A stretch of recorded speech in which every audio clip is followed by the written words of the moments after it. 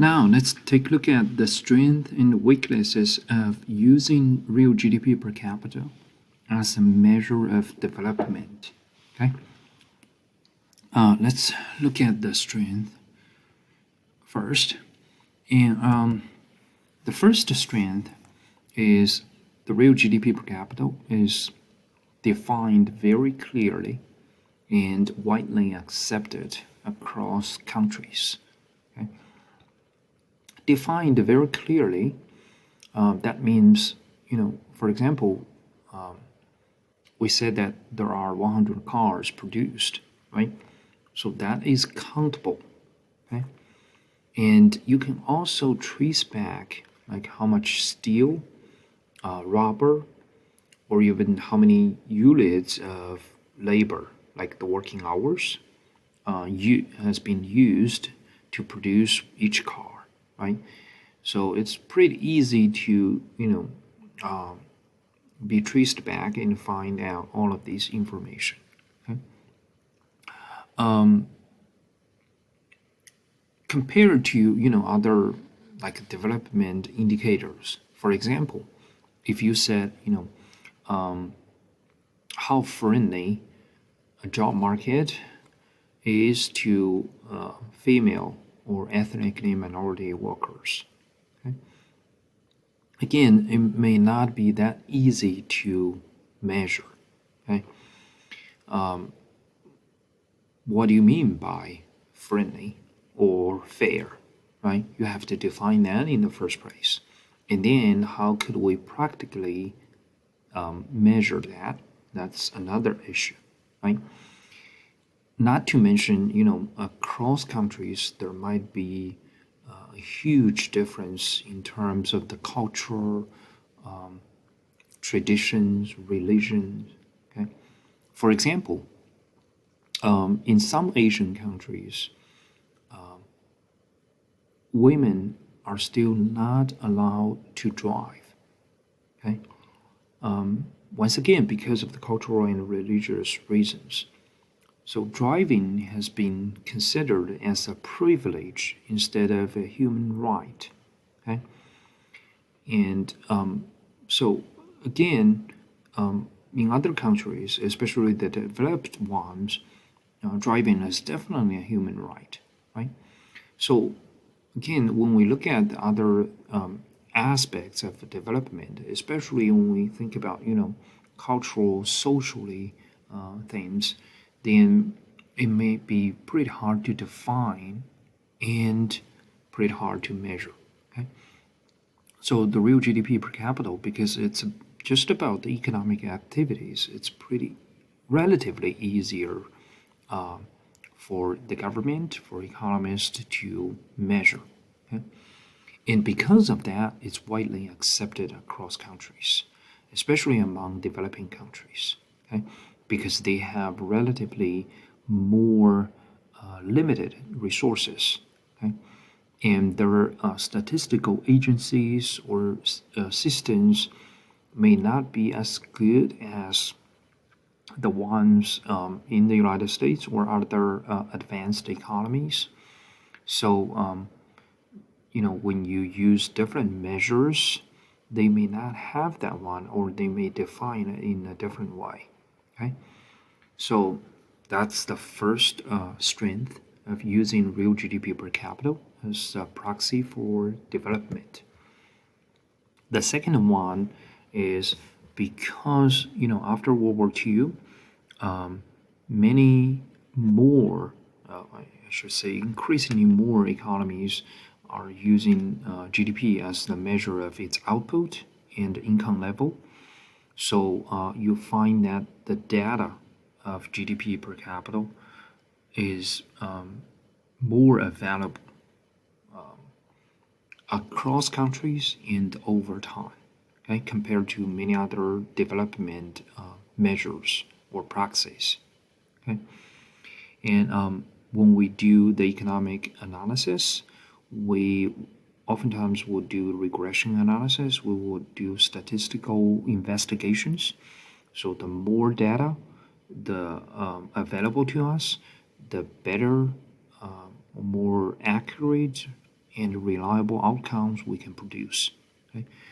So we have a strong preference um, to the more available data, like real GDP per capita. Okay? Of course, people would still be concerned if they are trying to measure a non-economic aspect of development, but we tell them that you should use the real GDP per capita as a proxy because of the clearly defined, widely accepted, and very much available. These reasons we already discussed. They could say, no, no, no, we're trying to measure a different thing. There's no reason we should use real GDP per capita, right? So then we would be curious about the correlation between the real GDP per capita and other measures of development. For example, if someone is very interested in educational achievement, okay, of a country or many countries, then he or she might want to use the Endowed Literacy, okay, as a measure. However, for some reason, like the data is not available for certain countries or a certain historical periods, okay, then we might consider using GDP per capita as a proxy, okay? Then are these two guys really related some way or correlated some way? Okay. Or somebody else who wants to, like a health economist, who wants to, focus on the child mortality rate. Again, the data is not available, okay, or the quantity of that data is very poor. So should he or she consider using GDP per capita as a substitute? Or GDP per capita and HDI we mentioned before, right? If we want a more comprehensive coverage of development, should we still use GDP per capita, or should we use the HDI? Okay, how much differences this would produce? I mean, when we go with the different measures. Now, here I want to introduce a very powerful graphical tool. It's called Gapminder. Okay, and the Gapminder is a platform where we can make the correlation between the two variables very accessible. Okay, visually accessible. Now let me click on this, and we would be able to take a look at this. Oh, hold on 1 second.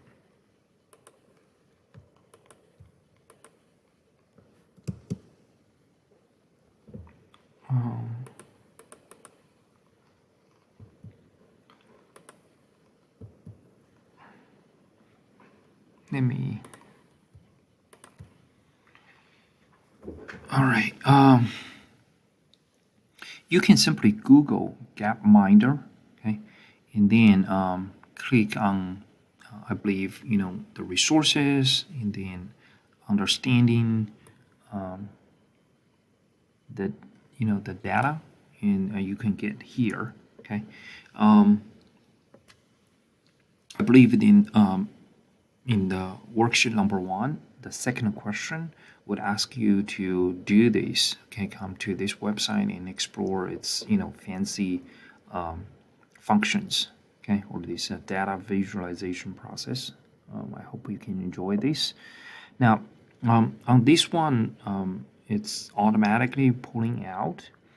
You find the income here is already put on the horizontal axis, and here the income is measured by GDP per capita, okay, as shows in this box.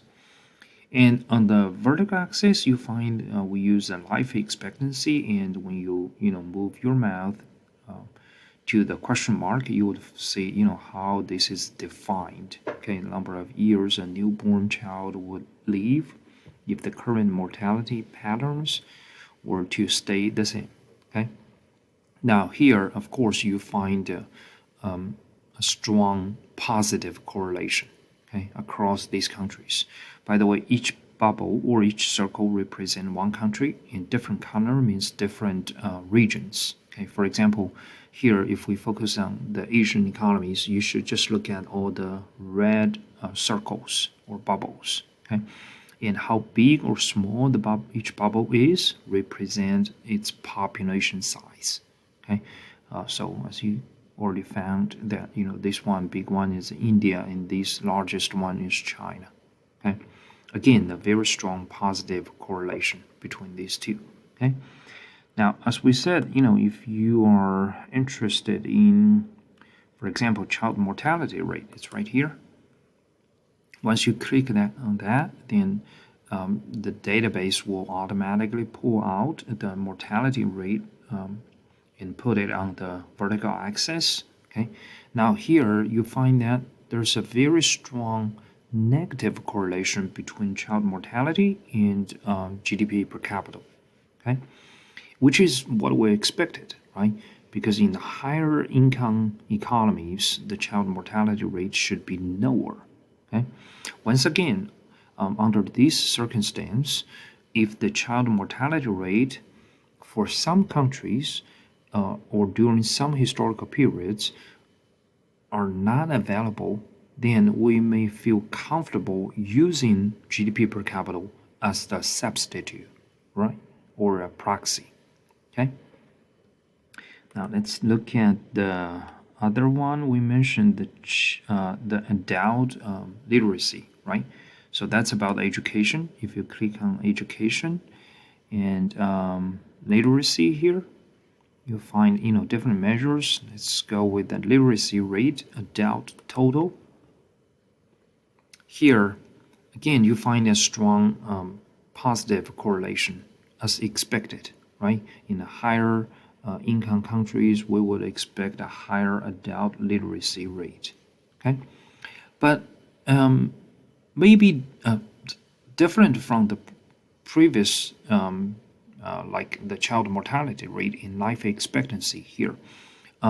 We find the correlation here may not be linear. In other words, if we could draw a correlation line or regression line across these countries, it may not be a straight line. Here, it could be a curve. Like, among these countries, it could go up there and then it gets, flatter and flatter, right? So once again, we still find a positive correlation, but it's not linear. Then here, we might be more, use more caution when we try to use GDP per capita as a proxy for literacy rate. Okay. All right. Now let's switch back to the slides. Okay.